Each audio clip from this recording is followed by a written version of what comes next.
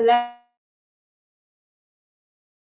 ¿qué tal? Nuestro equipo está conformado por Ortiz Pérez Eric, Osorno Martínez Lucía, Ramírez Sancho Guadalupe y su servidora, Lisbeth Ortega Peral. Les vamos a hablar sobre lo que es el tejido sanguíneo. Somos de la generación 57 del grupo 1SM2 de la licenciatura de Trabajo Social. Pues comencemos.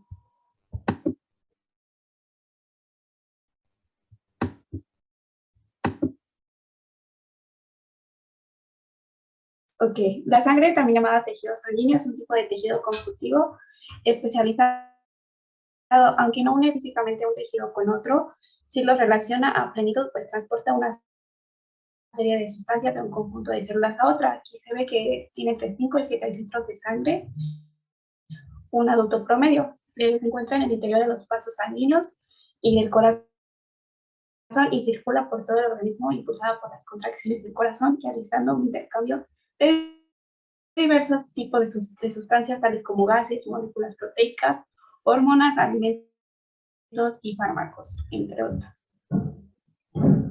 Bueno, es considerado de origen embriológico, el mesenquimático, está compuesto de células, fragmentos celulares y una matriz extracelular llamada plasma.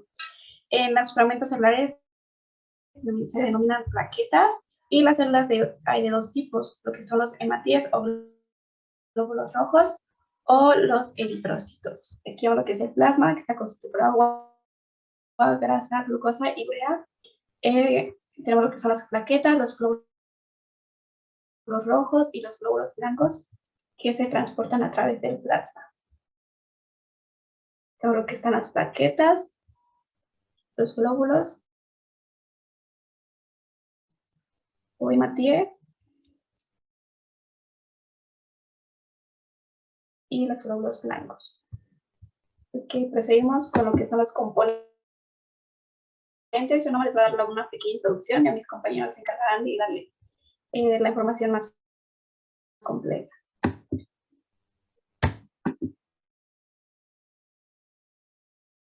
Ok, bueno, la sangre es un líquido vital que nutre a los órganos para que estos no mueran. Se fabrica en la médula ósea.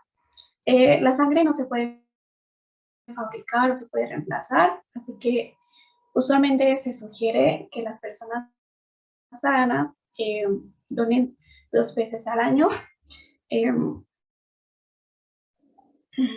los glóbulos rojos, plaquetas y glóbulos blancos viajan a través del plasma. Los glóbulos rojos son aquellos que se encargan como, tienen la función de ser defensores, preparándose para atacar a cualquier parásito, virus y bacterias. En las plaquetas, que son las encargadas del proceso de regeneración, particularmente cuando se ocasiona una herida o lesión, para que estas juntas formen una capa para que no nos desangremos, y tenemos lo que es el plasma, que es un líquido amarillento por donde se transportan los hematíes y los eritrocitos. Aquí vemos cómo actúan los glóbulos como defensa a un tipo de virus, bacterias que están en el cuerpo. Aquí están las plaquetas que se van a juntar y van a cubrir la superficie o la lesión del cuerpo humano para que no nos desangremos. Y por último vamos a tener lo que es el plasma, que es este líquido amarillento, y gracias a él se pueden transportar lo que son los glóbulos blancos y rojos.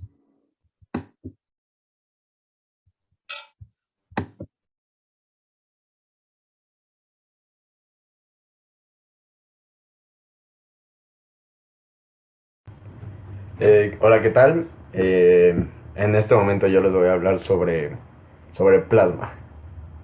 Antes de empezar en esto, les quiero comentar que el plasma sanguíneo es un fluido extracelular de la sangre. Lo que comprende el 55% del volumen total. Es de un color ambarino claro, con el pH ligeramente alcalino 7.3 a 7.4.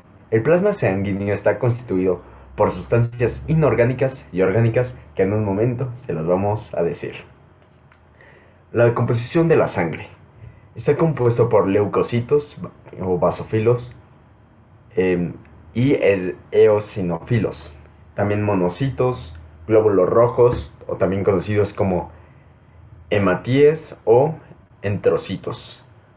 También los leucocitos neutrófilos, las plaquetas o trombocitos.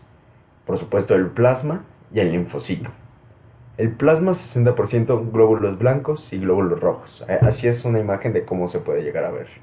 Y ahora les vamos a hablar sobre las sustancias inorgánicas.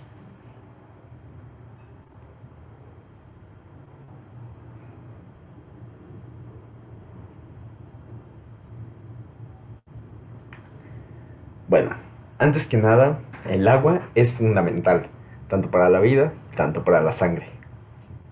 Aunque en este caso del plasma contiene 90% de agua. El agua interviene en la termorregulación del cuerpo, lo cual es regular los procesos internos, tanto como químicamente como de temperatura. Las sales minerales, también como son conocidas aquí, el magnesio, el calcio y todo eso. Sustancias que al ser puestas en solución se disocian entre catión y anión. Sigamos.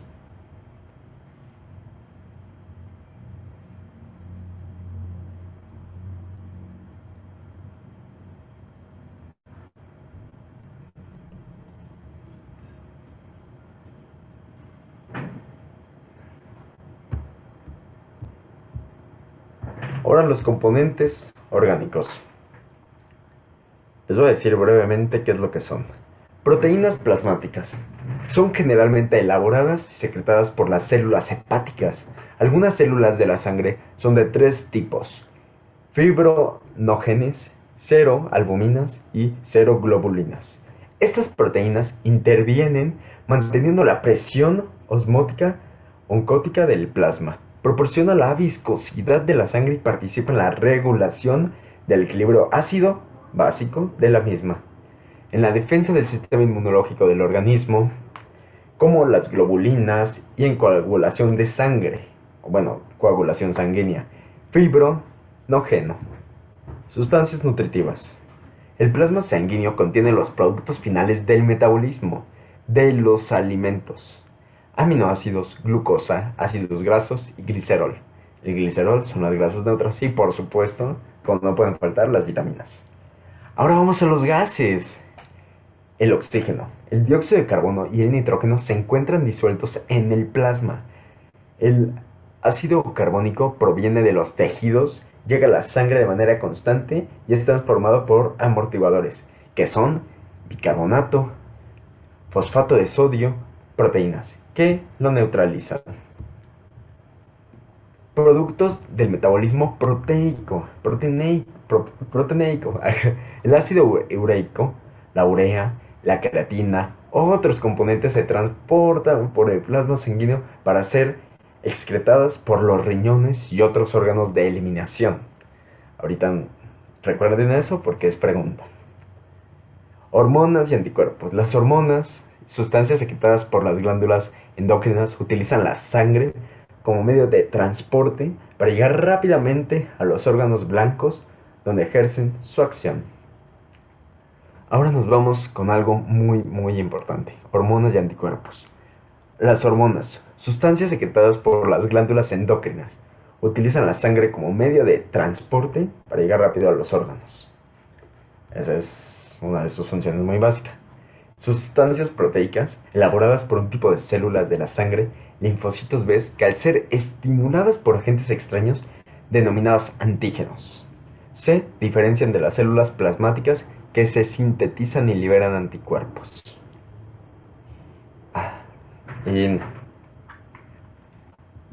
Ok.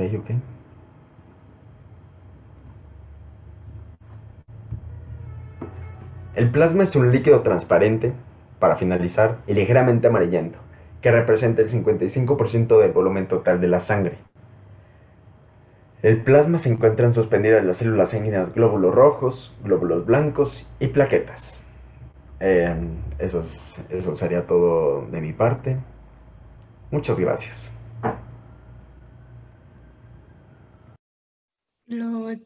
Hematías o también se refiere a glóbulos rojos. En la especie humana miden aproximadamente 7.5 micrómetros de diámetro. Están constituidos por una membrana celular y un citoesqueleto formado por filamentos proteínicos de pectina que se unen a una membrana a través de moléculas de actina y aquilina. Estos conforman las células sanguíneas o bueno, las células dentro de la sangre.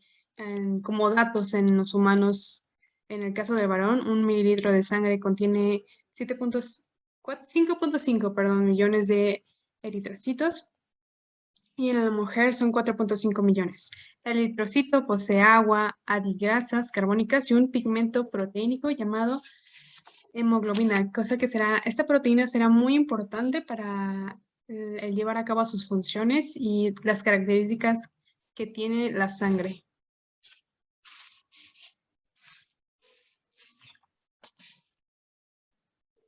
La hemoglobina es un pigmento constituido por una proteína conjugada de alto peso molecular y de un pigmento llamado hematina o grupo M. Tiene un alto contenido de hierro y el porcentaje normal de hemoglobina en el interior de los eritrocitos permite que adhieran una coloración normal con la eosina. Pero si el porcentaje es menor, los eritrocitos se observan pálidos y si existe un porcentaje mayor, se muestran más coloreados. Aquí en el glóbulo rojo se puede mostrar que tiene una molécula de hemoglobina.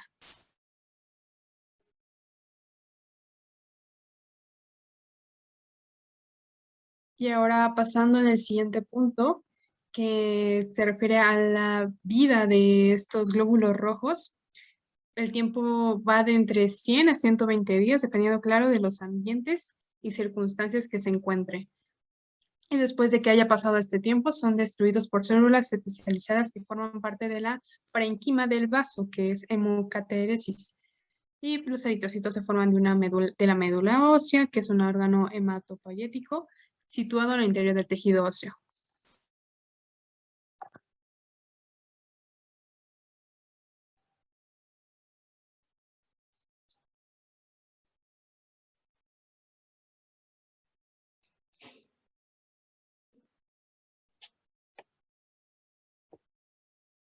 Los eritrocitos agrupados muestran un color rojo, en cambio cuando están aislados tienen un color amarillento o verde, color pálido. Esto todo gracias por la hemoglobina, que es básicamente su componente más abundante. Los eritrocitos se suspenden en una solución hipotónica y se hinchan, perdiendo su forma cóncava, quiere decir que tiene dos superficies opuestas cóncavas y se hacen esféricos.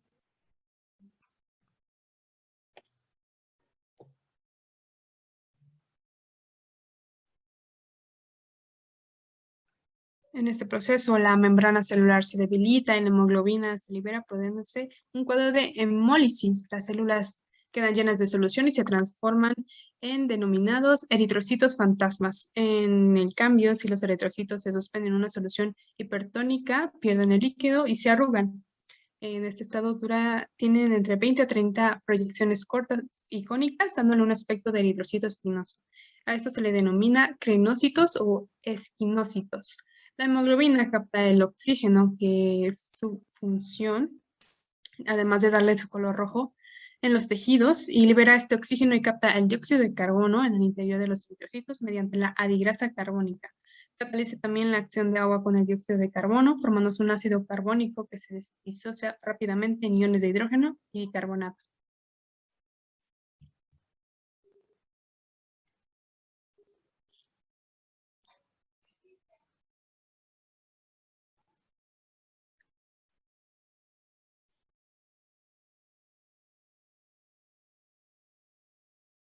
Los eritrocitos, ahora para cerrar este tema, poseen varias funciones, pero la principal y la más importante es el transportar oxígeno a los pulmones y a nuestros tejidos del cuerpo, así como también el dióxido de carbono. Los leucocitos, o también conocidos como glóbulos blancos, son células que cuando están suspendidas en el plasma sanguíneo tienen forma esférica que suele modificarse a formas ameboides o pleomórficas cuando salen del torrente circulatorio y ejercen sus funciones en el tejido intersticial.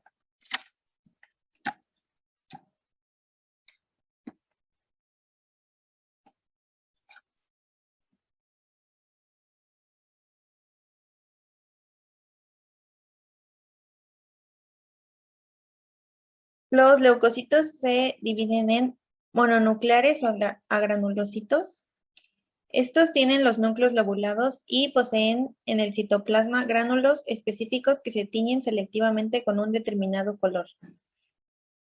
Estos están divididos en neutrófilos, que desempeñan una función importante en la defensa inmunitaria y son las primeras células inmunitarias que llegan al lugar de la infección, por lo general en menos de una hora. Esto se produce mediante un proceso denominado quimiotaxia.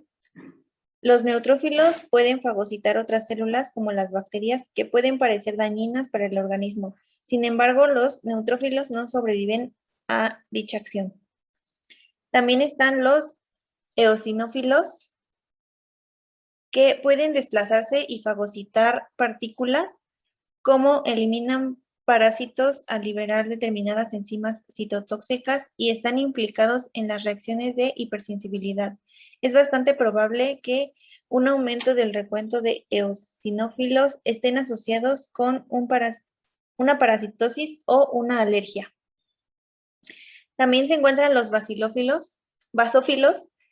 que son leucocitos menos representados en la sangre periférica. Asimismo, pertenecen a la categoría de los granulocitos. Al igual que ocurre con los eosinófilos, un aumento del recuento de basófilos apunta a menudo, aunque no siempre, a una alergia o a una parasitosis.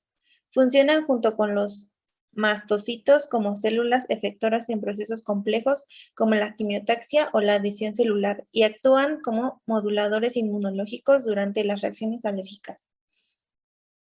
Los mononucleares o granulocitos poseen núcleos esféricos o ligeramente escotados sin lobulaciones en citoplasmas. Carece de granulación específica y estos se dividen en los linfocitos, que defienden el organismo frente a infecciones, diferenciando entre las propias células del cuerpo y los elementos extraños.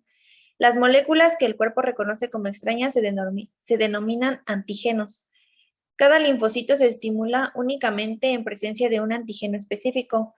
Cuando los linfocitos identifican este antígeno, producen sustancias químicas para luchar contra él. Existen tres tipos principales de linfocitos, que son los linfocitos B, linfocitos T y linfocitos citólicos naturales. Y también están los monocitos, que estos desempeñan una función clave en la respuesta inmunitaria. Pueden desplazarse rápidamente hasta los puntos donde se halla la infección y diferenciarse en macrófagos y células dendríticas para provocar una respuesta inmunitaria. Las células del sistema monocito macrofágico pueden envolver partículas extrañas y descomponerlas en antígenos que pueden presentarse a continuación en su superficie.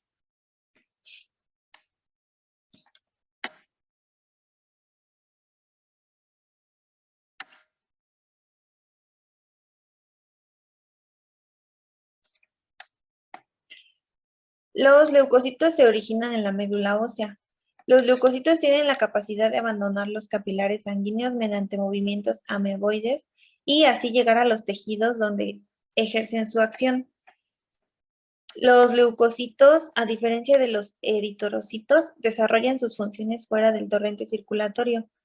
Los leucocitos son atraídos a capacidad funcional en el parenquima del brazo, del timo, ganglios linfáticos, amígdalas y folículos linfáticos situados en el aparato digestivo, respiratorio y urogenital.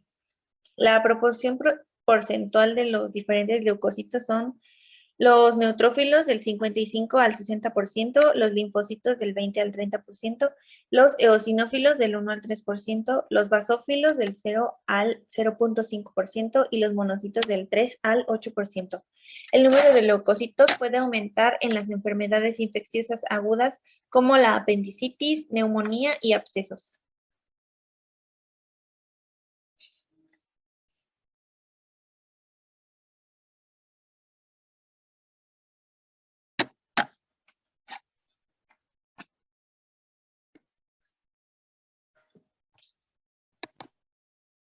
Ahora pasando al tema de las plaquetas, estrictamente hablando no se consideran como células, sino más bien un producto de fraccionamiento de los megacariocitos, de células que se desarrollan en la médula ósea, junto a los eritrocitos y leucocitos. Entonces serían pequeñas porciones de citoplasma de los megacariocitos que se fragmentan al atravesar los capilares sanguíneos de la médula. Las plaquetas son pequeñas porciones, como obviamente del citoplasma, y tienen a diferencia de los eritrocitos, tienen una estructura mucho más compleja, el cual vamos a explicar más adelante. El número normal de plaquetas que tiene el cuerpo humano es de 250.000 a 500.000 por mililitro de sangre y pueden medir de entre 1 a 3 micrómetros de diámetro y permanecen en la circulación sanguínea alrededor de 4 días.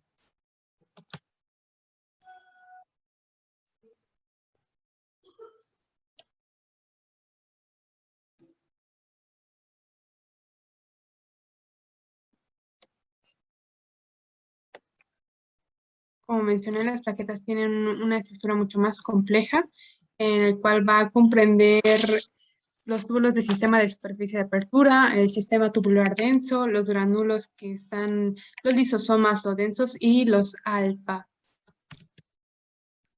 En el sistema de superficie de apertura, la función será facilitar la capacitación y liberación de moléculas en las plaquetas activas. En el sistema tubular denso se secretan iones de calcio para impedir que las plaquetas se adhieran entre sí, y en el caso de los granulos densos, pues su principal contenido son el ATP, el calcio, la serotonina, el fosfato inorgánico, entre otros. Esto va a hacer que se amplifique la activación y se estimule la agregación. Intervienen en la reparación vascular, la agregación plaquetaria y la coagulación de la sangre. Y los lisosomas contienen elastasas o otras proteasas que facilitan la degradación de la matriz extracelular. Además, crean un buen ambiente para la creación de otras enzimas. Los granulos alfa, para acabar, son reservorios, de proteínas que van desde factores de crecimiento hasta moléculas de adhesión o receptores que utiliza la plaqueta para interaccionar con otras células. Las plaquetas desempeñan un papel básico en la coagulación sanguínea. En el cuadro, como mencioné, se pueden observar las diferentes características y funciones de los componentes de la estructura de la plaqueta. Como se mencionó, tienen diferentes tipos de gránulos. Fundamentalmente se encuentran los gránulos densos, alfa y lisosomas, que pues contribuyen a la activación de la propia plaqueta.